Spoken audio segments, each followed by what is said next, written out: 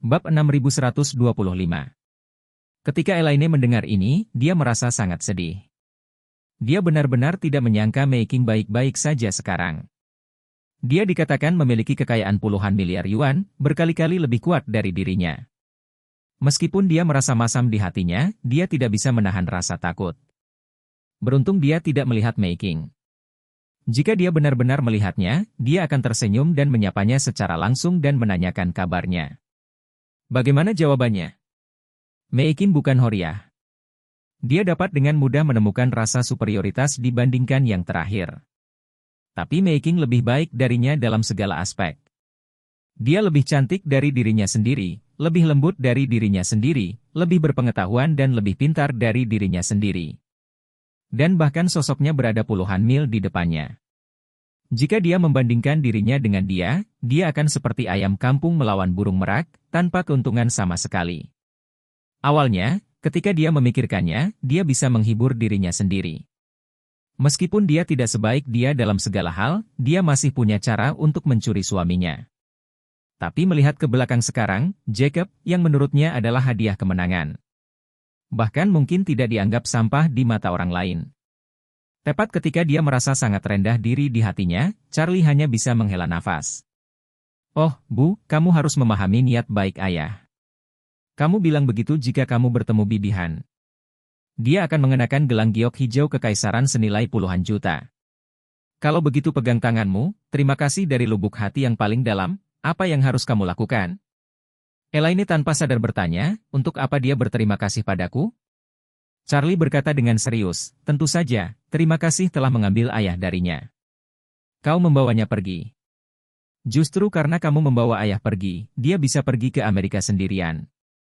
Di mana dia bertemu dengan suami pertamanya, dan bersama suaminya, dia menciptakan perusahaan terkenal yang bernilai miliaran dolar. Jika kamu tidak merebut ayah darinya, dia mungkin adalah kamu sekarang. Dia akan disiksa sampai mati oleh wanita tua dan seluruh keluarganya setiap hari. Bagaimana dia bisa tetap memiliki status tinggi seperti yang dia miliki saat ini? Kamu bilang orang tidak boleh bersyukur. Maukah kamu menyeretnya keluar dari lubang api?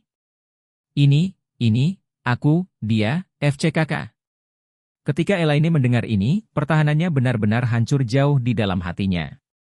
Dia menangis dalam hatinya, apa-apaan ini? Mengapa Mei Qing melakukannya dengan baik?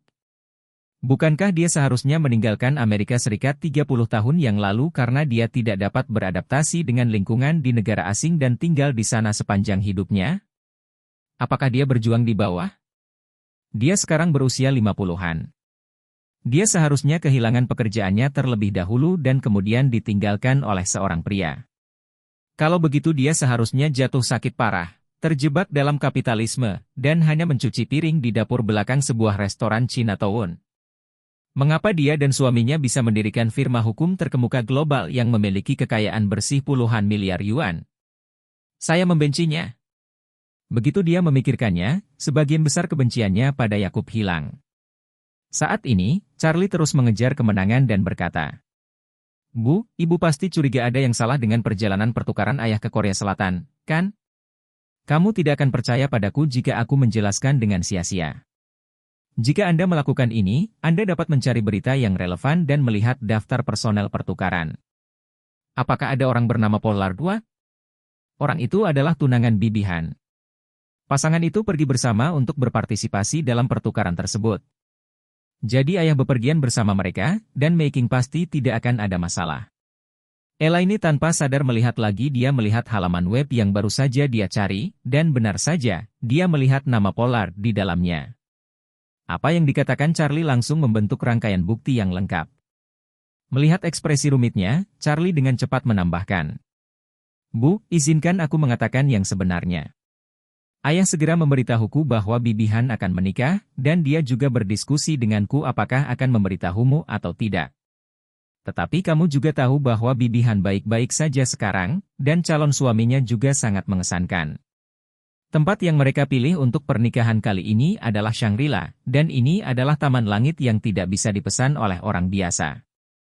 Bukan hanya ayah yang diundang tapi seluruh keluarga kami.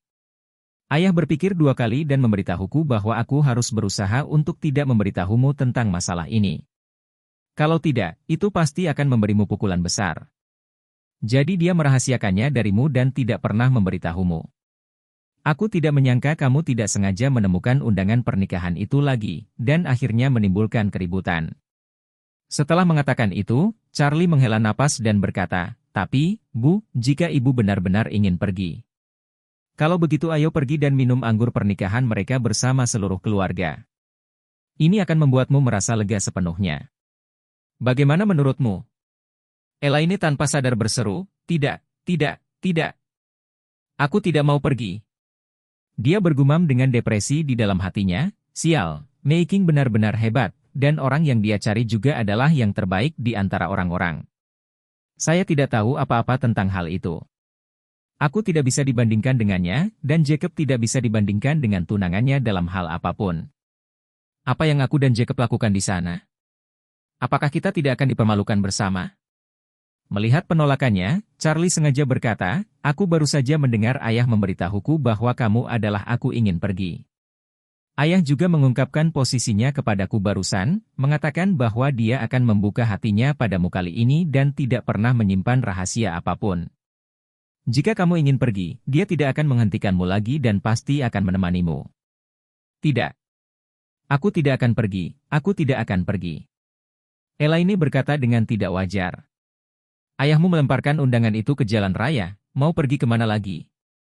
Charlie tersenyum dan berkata, Bu, apakah Anda salah satu dewa perang di internet? Apakah Anda terlalu banyak menonton film pendek tentang kepulangan, mengadakan jamuan makan besar, dan mempekerjakan 800 anak laki-laki untuk memeriksa undangan di depan pintu? Jangan lupa bahwa kamu dan ayah adalah teman sekelas lama dan kenalan lama bibihan. Biarpun kalian kehilangan undangannya, DLL. Di hari pernikahan, kalian berdua harus sampai di depan pintu. Pasangan itu akan menunggu di pintu untuk menyambut Anda. Begitu mereka bertemu kalian berdua, mereka secara alami dengan hangat mengundangmu masuk. Elaine melambaikan tangannya berulang kali, saya benar-benar tidak mau pergi, tidak perlu. Aku tidak bertemu denganmu selama beberapa dekade. Apa yang harus dituju? Itu membosankan, jadi aku tidak akan pergi. Charlie menghela napas, tidak, Bu, sebenarnya saya tetap menyarankan ibu pergi ke sana. Kamu masih memiliki simpul hati yang besar untuk ayah. Kesalahpahaman yang begitu besar, jika masalah ini tidak diselesaikan, kehidupan keluarga kami tidak akan mudah di masa depan. Lagi pula, ayah baru saja mengungkapkan posisinya kepadaku. Selama kamu mengatakan apakah akan pergi atau tidak, dia akan mendengarkanmu dalam segala hal. Setelah itu, dia melihat ke arah pintu dan berkata dengan keras, benar kan, ayah? Ketika Jacob mendengar Charlie memanggilnya, dia bergegas masuk dengan wajah tersipu, menatap Elaine, dan berkata dengan ragu-ragu. Tua. Istriku, aku benar-benar salah. Aku seharusnya tidak menyembunyikan ini darimu. Mulai sekarang, aku bersumpah tidak akan pernah menyembunyikan apapun darimu lagi. Dan saya pasti akan melakukan segala kemungkinan untuk menebusnya. Jadi saya memutuskan itu pada hari pernikahan mereka. Saat seluruh keluarga kita pergi ke sana, saya harus terbuka dan terbuka serta membuka ikatan Anda secara langsung. Saat dia mengatakan itu, dia tidak bisa menahan diri untuk tidak tersedak dan menghela nafas. Hai. Istriku, sebenarnya kamu tidak punya apa-apa sama sekali. Tidak perlu meragukan saya. Bagaimana bisa seorang pecundang seperti saya layak menjadi elit seperti Mei Qing? Aku bahkan tidak memenuhi syarat untuk membawa sepatunya. Di depannya, aku hanya. Ketika Jacob mengatakan ini, dia benar-benar tidak memiliki keberanian untuk mengucapkan kata-kata selanjutnya. Namun, ketika dia mengira pertarungan putus asa ini telah mencapai momen terakhir dan kemenangan sudah di depan mata, dia hanya bisa berkata dengan air mata berlinang dan suara gemetar. Di depannya, aku, Jacob, itu omong kosong. Bab 6126. Meskipun Jacob memang tidak memiliki kemampuan atau kemampuan yang nyata, ia selalu menganggap dirinya tinggi selama bertahun-tahun. Di hadapan istri dan putrinya, ia tidak pernah mengaku lebih rendah dari siapapun. Oleh karena itu, ketika dia tiba-tiba berbicara di depan istri dan putrinya dan terus terang mengatakan bahwa dia adalah seorang brengsek, baik Elaine maupun Claire terkejut. Kata-kata seperti itu belum pernah terdengar lagi dari Yakub selama beberapa dekade. Dan Yakub sendiri tidak mau mengucapkan kata-kata seperti itu untuk mengejek dirinya sendiri. Namun sebelum datang, Charlie berulang kali mengaku bahwa kalimat ini harus diucapkan. Dan itu harus diucapkan dengan lantang. Inilah risiko kematian yang sebenarnya. Karena Charlie yakin kata-kata tersebut adalah kuncinya melewati krisis kali ini. Setelah Yakub mengatakan ini, hatinya berdarah hebat. Dia merasa bahwa dia baru saja meletakkan wajah lamanya ke tanah dan menginjaknya sampai mati. Untuk menghilangkan kecurigaan Elaine terhadapnya dan mengatakan bahwa dialah orangnya. Dia adalah orang brengsek dan mengatakan bahwa kekasihnya tidak mungkin menganggapnya tinggi. Perasaan ini membuatnya sangat sakit dan rendah diri. Namun dia tahu bahwa tidak ada jalan untuk mundur ketika busur itu ditembakkan. Mei Qing sudah melewatkannya, dan dia tidak akan pernah kehilangan Elaine lagi. Oleh karena itu, ketika Jacob melihat Elaine dan Claire sedikit ngeri. Dia hanya bisa menyesuaikan mentalitasnya, mengertakkan gigi, dan melanjutkan. Seseorang setinggi Mei Qing hanya bisa melihat sebagian kecil dari diri saya. Bagaimana mungkin orang seperti saya memiliki motif tersembunyi ketika saya menutup hidung dan mengambil jalan memutar? Setelah mengatakan itu, dia melihat ke arah Elaine dan melanjutkan. Sayang, tidak mungkin di dunia ini orang sepertiku bisa. Jika kamu tidak menginginkanku, siapa lagi yang mau?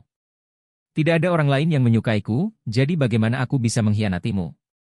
Elaine melihat ekspresi Jacob yang mencela diri sendiri dan sedih. Ditambah dengan raut wajahnya yang melihat bekas darah yang tergores oleh dirinya sendiri, dia sepenuhnya mempercayai kata-kata Charlie di dalam hatinya. Saat ini, dia tiba-tiba merasa bersalah dan tertekan pada Yakub. Ternyata Jacob merahasiakannya darinya karena tidak ingin dia dirangsang oleh Mei Qing. Dan setelah mendengarkan kata-kata Charlie, dia juga tahu bahwa jarak antara dirinya dan Mei Qing terlalu besar. Jika mereka benar-benar bertemu, mereka mungkin tidak akan bisa pulih dalam 10 tahun. Melihat wajah Jacob yang tercakar-cakar olehnya, dia semakin merasa bersalah. Dan keseimbangan dalam hatinya terbalik sepenuhnya. Dia menatap Jacob yang mencela diri sendiri dengan mata merah dan tersedak.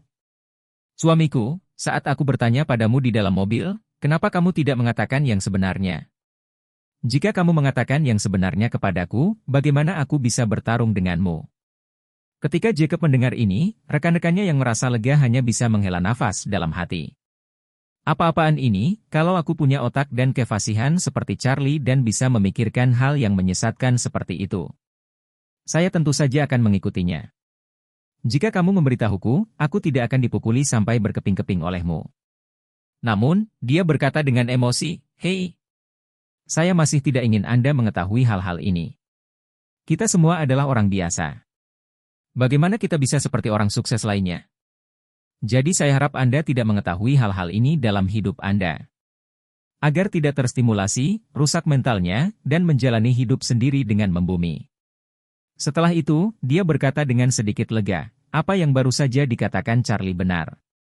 Faktanya, saya sama sekali tidak layak untuk wanita seperti Mei Qing. Dia dan aku bahkan tidak berasal dari dunia yang sama-sama sekali. Saya hanyalah orang tua biasa yang tidak berguna yang tidak memiliki kemampuan atau level dan suka kemana-mana. Seorang pecundang tua yang suka pamer muka. Kamu curiga aku telah mengkhianatimu. Saya juga ingin mengucapkan terima kasih karena Anda sangat memikirkan saya. Jika ada orang lain yang mendengar tentang ini, mereka mungkin akan bertanya padaku, Jacob, apakah kamu layak? Setelah itu, dia melihat ke arah Elaine dan tercekat, istriku, aku juga ingin mengucapkan terima kasih. Di mata orang lain, saya adalah pecundang, sampah, dan sampah. Di matamu, aku telah menjadi orang yang bisa menghasilkan banyak uang. Seorang wanita kaya miliarder melakukan perjalanan ribuan mil untuk menghidupkan kembali hubungan lamanya dengan seorang sembah. Istriku, kamu mungkin satu-satunya di dunia ini yang menganggapku begitu tinggi dan memperlakukanku seperti harta karun. Elaine merasa sedikit tidak nyaman ketika dia mendengar dia mengejeknya seperti ini. Dia segera berkata, "Oke, Jacob, berhentilah mengatakan bahwa kamu adalah orang brengsek. Kami hanyalah orang biasa yang tinggal di rumah. Mereka kaya dan punya lebih banyak uang daripada kita. Meskipun kami tidak bisa dibandingkan dengan orang-orang kaya di zaman mereka, kehidupan kami tidak seburuk itu sekarang. Saya memiliki kesadaran diri untuk mengetahui bahwa saya tidak dapat dibandingkan dengannya dalam semua aspek. Setelah mengatakan itu, Elaine berinisiatif untuk melangkah maju, merangkulnya, mengangkat lengannya, dan berkata, "Oke, apa yang terjadi tadi adalah salahku. Kamu baik sekali menjaga emosiku. Tapi aku tetap memperlakukanmu seperti keledai. Jangan khawatir, saya tidak akan membicarakan masalah ini lagi di masa mendatang. Anggap saja hal itu tidak pernah terjadi. Jangan menaruh dendam padaku, oke?" Ketika Yakub mendengar ini, dia merasa sangat lega. Setelah bencana itu, dia berkata dari lubuk hatinya, "Bagaimana mungkin? Aku pasti tidak akan menaruh dendam padamu." Elaine mengangguk penuh semangat dan berkata, "Lihat, putriku sudah lama berada di Amerika. Dan dia akhirnya kembali hari ini. Jangan membuat orang tertawa di sini. Mari kita pulang." Jacob merasa lega dan mengangguk berat, dengan air mata berlinang. Dia berkata, "Oke. Mari kita pulang." Setelah itu, keduanya bergandengan tangan dengan mesra dan berjalan keluar. Claire tercengang, dan Charlie menyeka keringat dingin. Ini mempertaruhkan nyawanya lagi. Tampaknya itu sangat sukses. Elaine pasti tidak akan menyebut Mei Qing lagi di masa depan, dan bahkan akan mencoba segala cara untuk menghindari bertemu dengannya. Dengan begitu, apa yang disampaikannya tidak akan menyesatkan. Claire di samping sadar dan berkata dengan suara rendah, "Suamiku, kamu luar biasa." Charlie mencibir, "Saya tidak bisa menahannya, demi keharmonisan keluarga, saya tidak lagi malu." Claire memegang lengannya dan berkata dengan gembira, "Korbankan diri kecil untuk mencapai diri yang lebih besar. Suamiku, kamu telah melakukan pekerjaan dengan baik." Saat ini, polisi lalu lintas di luar melihat dua orang yang tadi sedang berjuang keras dan keluar sambil berpegangan tangan. Semua orang mengucek mata tak percaya. Polisi lalu lintas yang menangani kasus tersebut tanpa sadar bertanya, Kalian berdua tidak akan bertengkar lagi?" Elaine segera menggelengkan kepalanya dan berkata, "Jika kami tidak melawan, kami tidak akan menimbulkan masalah bagi rekan-rekan kami di polisi lalu lintas." Setelah mengatakan itu, dia memberi hormat yang jarang pada mereka. Jacob pun berkata cepat, "Kamerat polisi lalu lintas, jangan khawatir. Saya tidak akan berhenti di jalan raya lagi." Polisi lalu lintas itu mengangguk tanpa sadar dan berkata, "Setahu Anda, SIM Anda hanya tersisa 3 poin. Tenang saja. Jika Anda tidak punya gesper, Anda harus belajar." Jacob mengangguk berulang kali, "Jangan khawatir, saya akan dengan ketat mematuhi peraturan lalu lintas di masa depan dan tidak akan menimbulkan masalah apapun bagi Anda." Keluarga beranggotakan 4 orang meninggalkan kantor polisi lalu lintas satu demi satu. Dan Charlie memindahkan barang bawaan Claire. Setelah masuk ke dalam mobil, Elaine berkata, "Menantu yang baik, pergilah mengemudikan mobil, dan biarkan ayahmu beristirahat di belakang." Charlie mengangguk dan duduk di barisan depan bersama Claire, sedangkan Jacob dan Elaine duduk di barisan belakang. Saat mobil melaju keluar, Charlie melihat di kaca spion Elaine menyentuh luka di wajah Jacob dengan ekspresi tertekan dan berbisik, "Sayang, apakah itu sakit?" "Saya minta maaf." Yakub sungguh tersentuh hatinya. Selain itu, apa yang dia katakan tadi membuatnya benar-benar kehilangan rasa superioritas yang tidak bisa dijelaskan sebelumnya. Dan sikapnya terhadap Elaine juga banyak berubah. Jadi, dia menggelengkan kepalanya dan berkata, "Tidak apa-apa, tidak sakit." Setelah mengatakan itu, dia tanpa sadar mengulurkan tangan dan memegang tangan Elaine dengan tenang. Dan sedikit rona merah muncul di wajah Elaine. Elaine juga meremas tangan Jacob dan berkata dengan sangat serius, "Kamu adalah suamiku. Anda tidak akan pernah mengatakan bahwa Anda adalah orang bodoh lagi. Tidak dalam kondisi apapun. Apakah kamu mengerti?" Jacob tidak tahu apakah dia benar-benar tersentuh atau tidak. Dia mengangguk berulang kali dengan mata merah, "Baiklah, istriku, saya mengerti."